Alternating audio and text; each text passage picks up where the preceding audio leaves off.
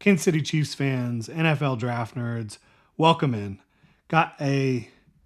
We've got a show for y'all today, right? Chiefs mock draft, talking about the offseason, talking about the mock draft. How do the Chiefs move forward? And I know no one around the league is going to be feeling sorry for the Kansas City Chiefs after the incredible run that they have been on and probably in all likelihood will continue to go on as the dominant team in the AFC and one of the most dominant runs we've seen by any team, throughout league history.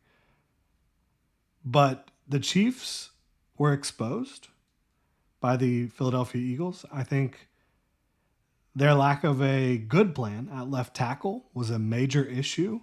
Joe Tooney kicked out to left tackle, and he fought valiantly for a lot of the season playing left tackle. Could not do it against Josh Sweat and these guys. So you got worse at two positions by kicking Joe Tooney out. So you got to have Joe Tooney at left guard, right? And figure out left tackle. You've got to figure out CB2, right? McDuffie, fantastic football player. Trent McDuffie is amazing. But, beyond what they have in him, the cornerback room's just not good enough.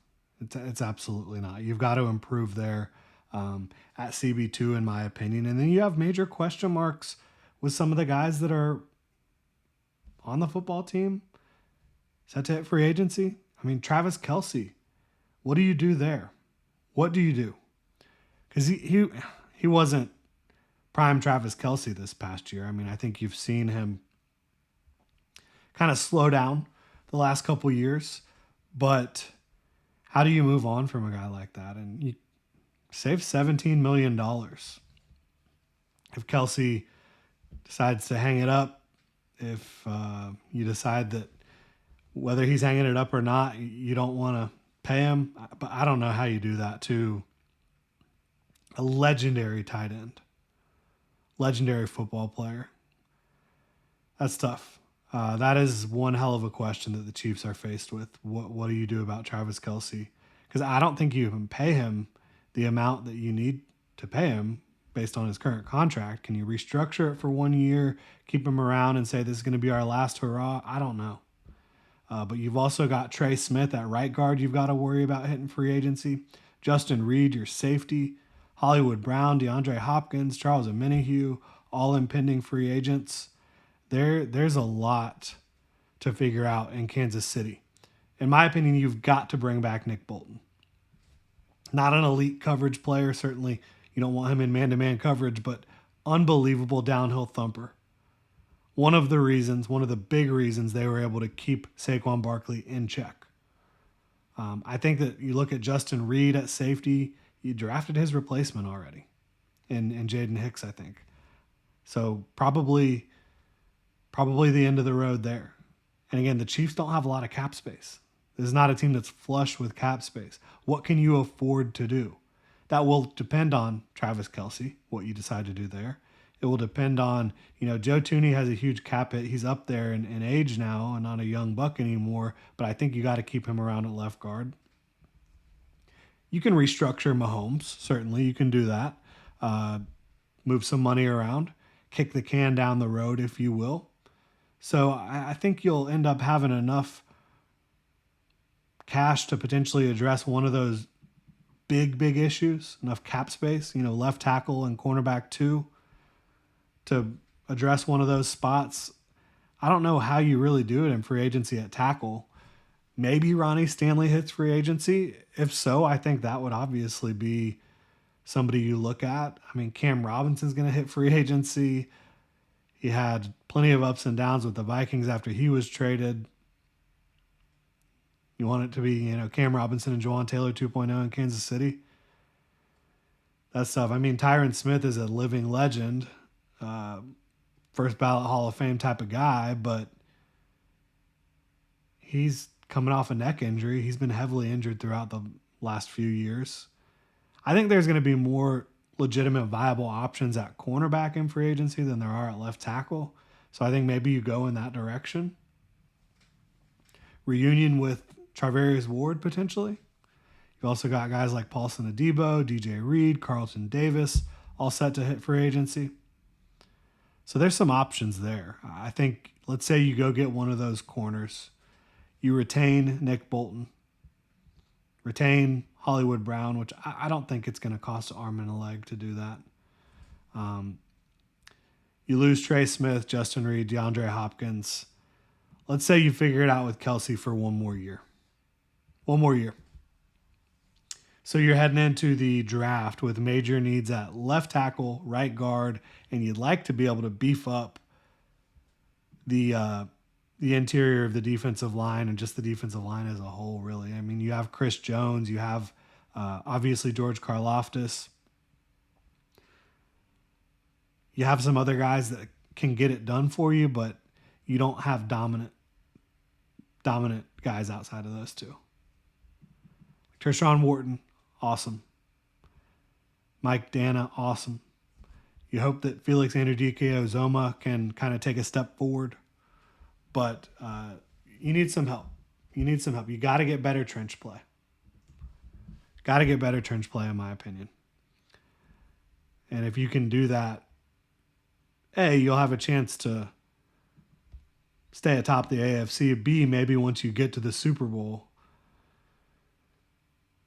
have a better chance against the Eagles.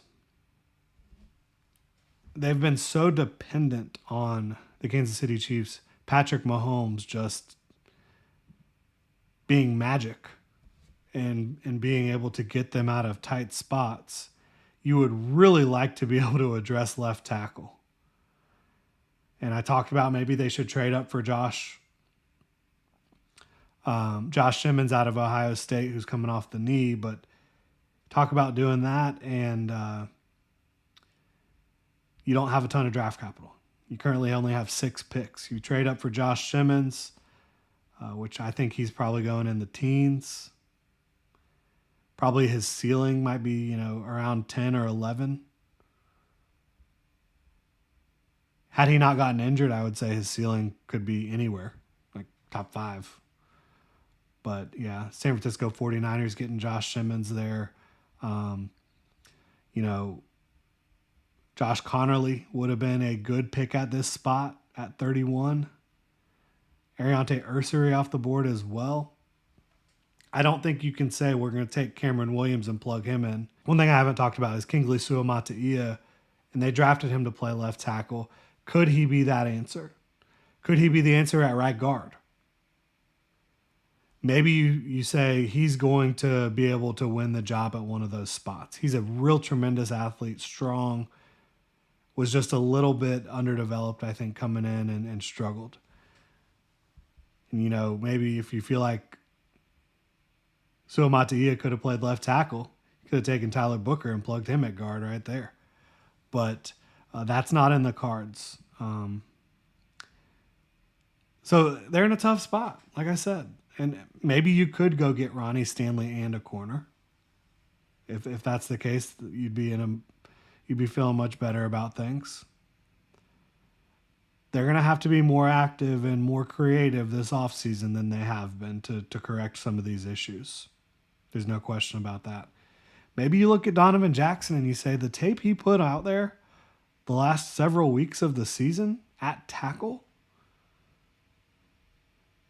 Could we take Donovan Jackson and figure it out whether he's playing tackle or Suamataia is playing tackle, the other one's playing guard? Could we do that? Could we manage that? Is that good enough? I don't know. I do think Donovan Jackson's a fit in this range. I like Gray Zabel better on the interior than I do Donovan Jackson, but I think Donovan Jackson's best tape of his entire career was playing left tackle, not early when he first switched over, but as he got more comfortable playing left tackle down the stretch this season. I think that was some of the best tape he's had his entire career. And he's got the athleticism, the tools to play out there, I think. Maybe that's the direction you go. Not easy. And I mean, you look at defensive tackle, upgrading the defensive line. I certainly value Kenneth Grant higher. I don't think I could pass on him here. I value Tyleik Williams higher. But you talk about the depth of this class. I do at least, I love TJ Sanders and Darius Alexander. Is either of them going to be available at 63? I mean, you're in a spot here. And now, hopefully, if you're the Kansas City Chiefs, you go into this draft and you have figured things out before the draft. So you can kind of try to just get as much talent as you can and not really be forced into taking this position at this spot, right? And that's what we're going to do. We're going to take our best available player. And to me, that is Kenneth Grant. I think you pair up Kenneth Grant with Chris Jones, and you're starting to talk about creating kind of like a super powered defensive front with Grant, with Jones, with Karlaftis, and the depth guys you have. You can get pretty fired up about that, I think.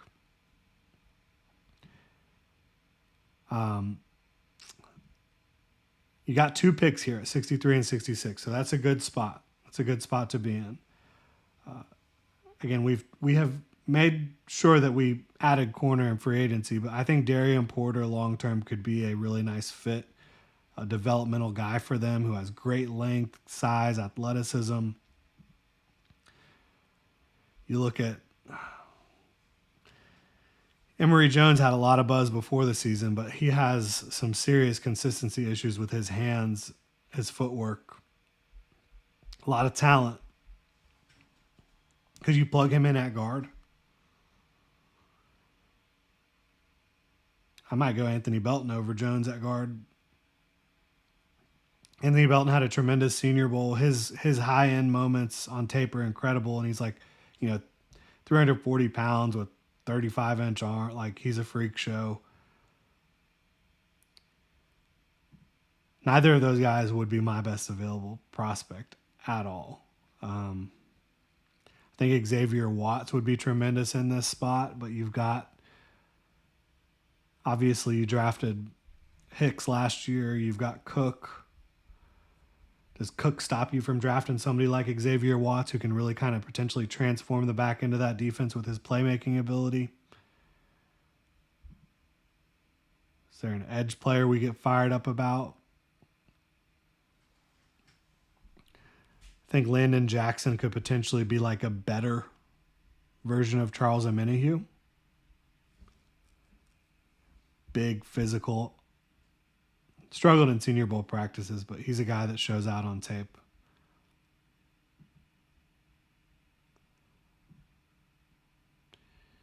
I know Noah Gray's in the building, but if you're going to replace Travis Kelce, Elijah Arroyo, he's a stud, really talented guy. At over 250 pounds, 6'5", 6'6", great length, unbelievable quickness. At his size, it's a tough spot to be in. Trying to have, because it's tough because there's so much, not because you're not going to be a good team. The Chiefs are going to be a good team. It's tough because you have so much pressure to get it right. And so we really did, we added a huge piece to the defense at 31. Let's say we've got to surround Patrick Mahomes with more talent on the offensive side of the ball. We've got to help him out. Who is the most talented guy we can get that will help Patrick Mahomes play in and play out? I think is a fair way to look at this. And hey, it might be Travion Henderson, Caleb Johnson. Kareem Hunt, no spring chicken. Isaiah Pacheco, I think you want to lean on more as a 1A or 1B, not a true full-time guy. At least that's how they've handled it so far. Tez Johnson could be dynamite. Now, one thing to keep in mind is Rashee Rice coming back potentially. Obviously, you have to hope that there's no suspension that's going to happen. I think the best talent on the board that's going to help out Patrick Mahomes consistently is Elijah Arroyo. That guy's a stud. Really, really good player.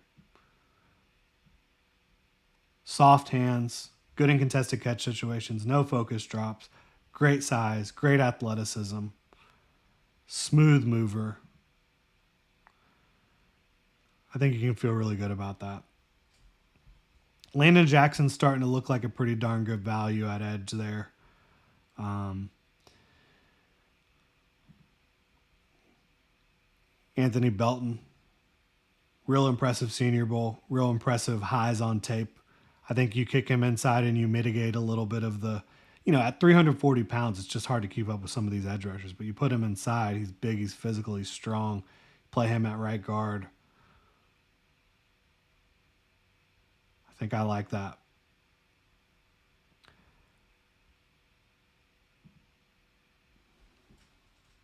I would have a hard time passing on Caleb Johnson though. Unbelievable quickness, agility at his size. Like his feet are so smooth and fluid at his size.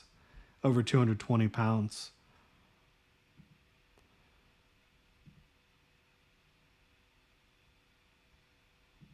Yeah, I mean Caleb Johnson, he is the best player on the board for me.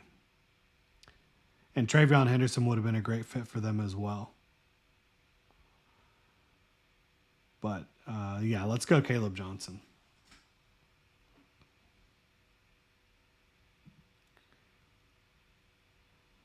Praying Anthony Belton's there, and he is. That's where we're going to go. Anthony Belton, plug him in to replace Trey Smith. I think that's a good one-to-one move there.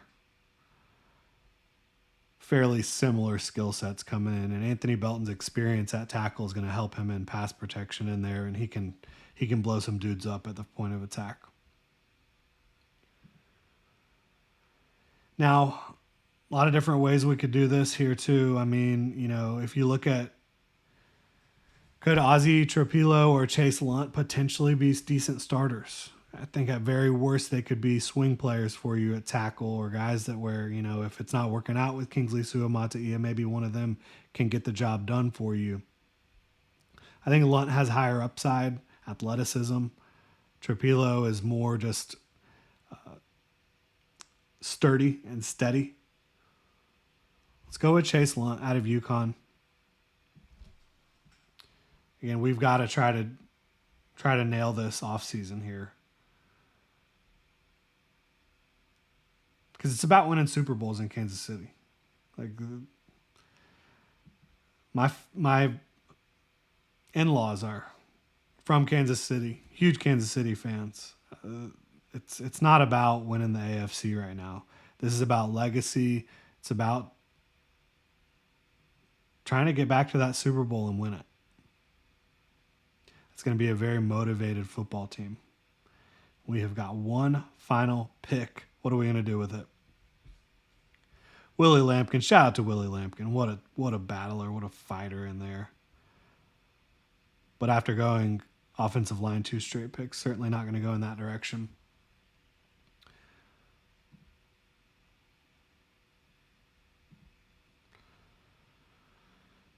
Just trying to find the best value at this spot, basically. And it's tough. We're at the end of the draft here. No doubt about it.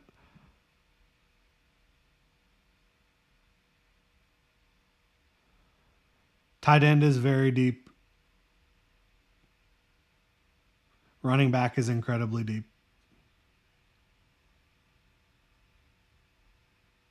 Oh, how about Kyle Williams? Goodness gracious.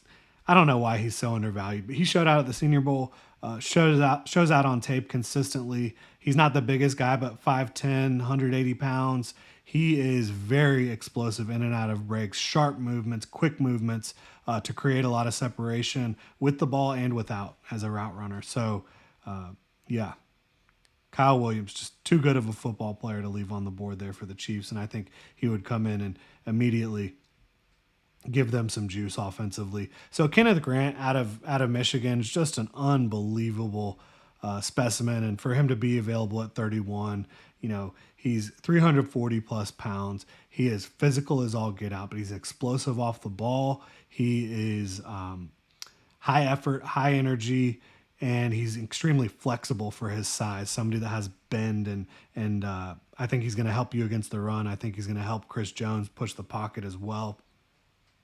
Elijah Arroyo was just an unbelievable talent there at 63 out of Miami. Again, size, length, catch radius, strong hands, both in contested catch and just in easy catch situations. Creates separation with his movement ability. I think he could be kind of one, develop real mismatch problems for the Kansas City Chiefs. 66 Caleb Johnson. I think that he could be a legitimate workhorse back. And having someone like that in Kansas City, I think, could take a lot of pressure off of Patrick Mahomes. Go Anthony Belton and Chase Lunt, two offensive linemen. Plug in Anthony Belton at right guard, Chase Lunt competing potentially at left tackle, and then at 256, Kyle Williams, who we just spoke about. So I think that this would be a draft that could get the Chiefs certainly headed back in the right direction. But as much as the draft is going to be vitally important for the Chiefs this year and knocking out especially the early picks, day one and day two picks, which I think we did here with Grant Arroyo, Johnson, and Belton, figuring out what you're doing about your veterans, Travis Kelce, the free agents, all those guys is going to have a major impact on the draft and on the future of the Kansas City Chiefs and the future of the NFL, right? So we will see how it plays out for the Chiefs. If you are a Chiefs fan, let me know what you think in the comment section below. If you enjoy the content, please like and subscribe. Y'all have a good one.